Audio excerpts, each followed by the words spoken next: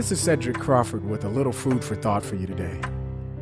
I've been thinking lately about the concept of time, and I've come up with the following conclusion. Time can either be utilized in three different ways. One is it either can be wasted, or it can be spent, or it can be invested. I want you to think about that today. How are you choosing to use your time? Are you choosing to waste it doing something that really is not going to serve you, like watching TV or listening to the radio or whatever? Or are you choosing to spend it doing stuff that also won't really serve you down the road? For instance, going to events, being entertained, which is okay, don't get me wrong. Or going to engage in things that really at the end of the day, you won't be able to smile and say, you know what, I got better. Or are you choosing to use the most of that time in an invested way?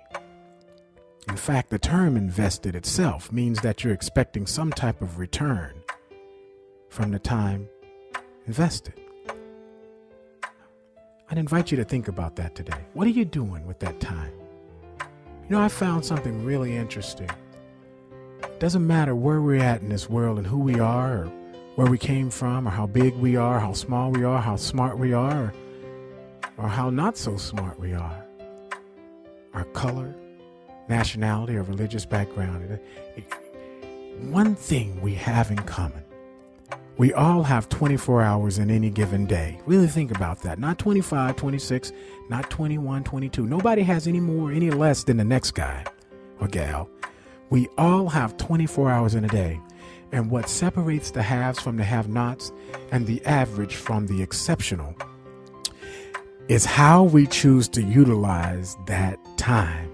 Are we wasting it, spending it, or investing it? Think about that today. And in the concept of time, I like to say this. Now, I don't believe in magic, but I do believe in magical moments. And the moment I found out about this daily discipline thing was indeed a magical moment for me. Daily disciplines. In fact, it compelled me to come up with this thing I call D6. Doing daily disciplines daily develop dominance. Now, there's 6 D's there, and I'm going to repeat it.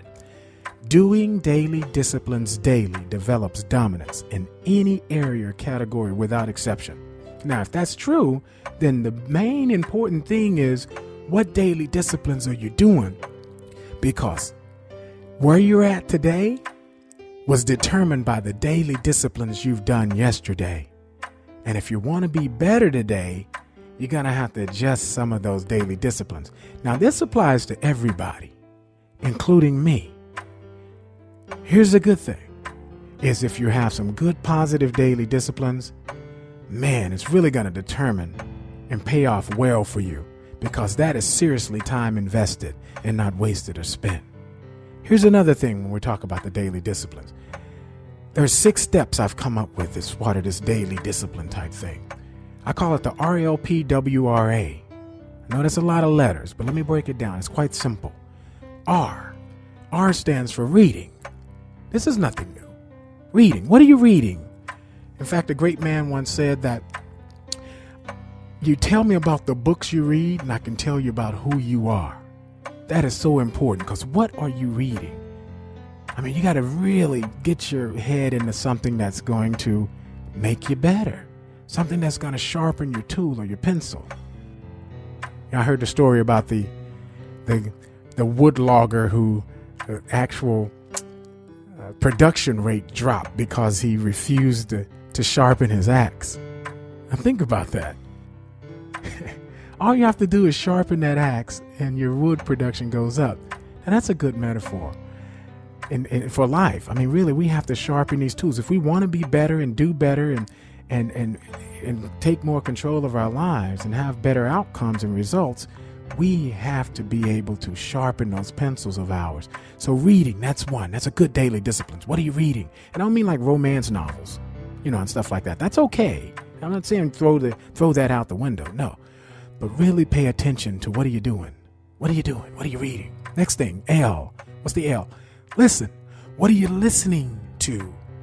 You know, it's not uncommon for me to be riding in the car and I'll actually turn the radio off because I'd much rather listen to nothing than to listen to the radio because there's nothing on there that's helping me. Sure, it's entertaining me at times, but there's nothing really building me up. So I'll much rather listen to the sounds of cars honking and dogs barking and the sound of my own wheels. So, what are you listening to? I have CDs in every last one of my CD trays in my car that have something to do with making me better at what I like to do. That makes me better of a person. So what are you listening to? Very, very important. Next one, the P. Participating. What are you participating in? You know, studies show that the lion's share of Americans, and in fact, this is not just for Americans, but it's just a study of Americans. The lion's share of Americans don't spend much time participating in events that are designed to make them better or designed to, what I say, sharpen their pencil so they can write out a better life for themselves. The lion's share of them don't do that. So what are you participating in today and who you're associating and surrounding yourself with? Wow, that's a big one. The next one, W. Write. Are you writing about what you're reading and listening and participating to or with? Man, that is so big because, again, studies show if you don't write stuff down, your retention rate is very, very dismal at best. In fact, I believe the statistics I saw last was somewhere around about 97% of the stuff that we hear and we listen to or read, we don't retain. But if we write about it, it increases our retention rate. Now, here's the next thing. The R is for review. I heard an interesting statistic about this review thing. It says 87% of the people who take notes at events or when they read or they don't review them. That just blew my mind. Because I figure if you're going to take the notes, why wouldn't you later review those notes to see what you thought was so important that you wrote it down? So that just blows my mind. So review is so vitally important because the most sophisticated computer we have this side of the universe exists right between our two ears. And if we review good things and we're putting this good information in that computer, then good stuff's going to come out. I like to say it this way. Junk in, junk out, good stuff in, good stuff comes out. You'd be surprised. The things that come out of your mouth because of the good stuff you've put in that computer. So review it. The last one is the A, stands for action. In fact, I think this one is so vitally important that the other 5 don't even matter if you don't do the 6th one, which is the A, the action. Actually applying what you've learned, because that can definitely make the difference between who you are today and where you were yesterday. So those are big. Make sure that this read, listen, and participate, write and review and action plan is good for you. These 6 steps are vitally important for your daily disciplines. Very, very important.